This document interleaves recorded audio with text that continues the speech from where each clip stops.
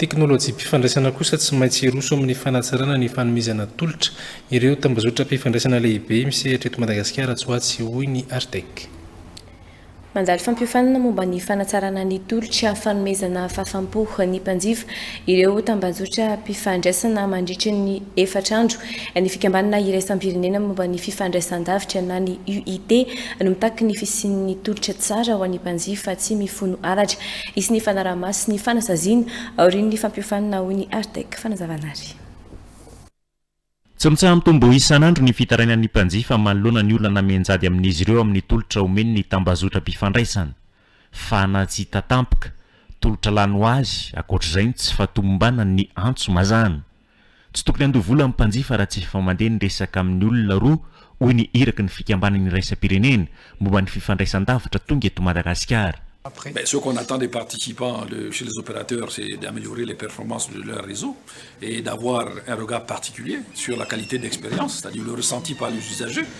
des services qu'ils offrent, en mettant des hotlines, en faisant des sondages d'opinion que peut faire le régulateur aussi, et surtout de respecter les cahiers des charges en matière de qualité de service et de qualité d'expérience qui leur seront assignés par le régulateur à travers des seuils avec lesquels ils vont s'asseoir ensemble pour définir la tolérance. Par exemple,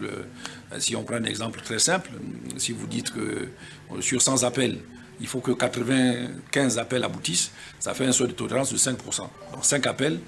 peuvent ne pas aboutir sur 95, ça peut être acceptable. Si vous dites que c'est 2%, ça veut dire que sur 100 appels que vous faites, vous en tant qu'utilisateur, 98 doivent passer sans aucun problème. Isy ambaratonga ny fanavozana ny tontolon'ny tolotra amin'ny alalan'ny finday eto Madagasikara hoy ny Artec. Anosony ny bokona ndraikitra ireo tambazotra mpifandraisana meloany fampiarana ny sazy.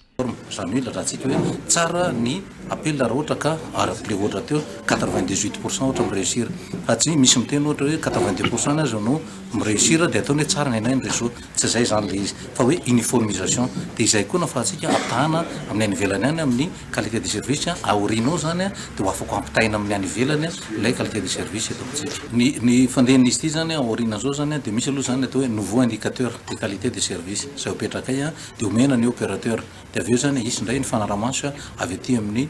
régulateur dia ny régulateur no manao an'ilay hoe alarme miteny hoe amboary ny réseau nareo ka ilay hoe ataontsika hoe miréinvestir izy manatsara n'ilay réseau-any dia raha ohatra ka tsy voavaha mihitsy ilay izy kanefa mivoaka n'ilay ataontsika hoe le fifanarahana anaty cahier de charge dia amin'izay fotoan'izay ny lalàna sy ny tekita rehetra mety hoe ampiarina. Manao fanamafisam-pahaizana avy amin'ny fikambanany iraisam-pirenena momba ny fifandraisan-davitra ireo tambazotra mpifandraisana lehibe eto Madagasikara mandritry ny efatrandro eny amin'ny Artec Ivandry.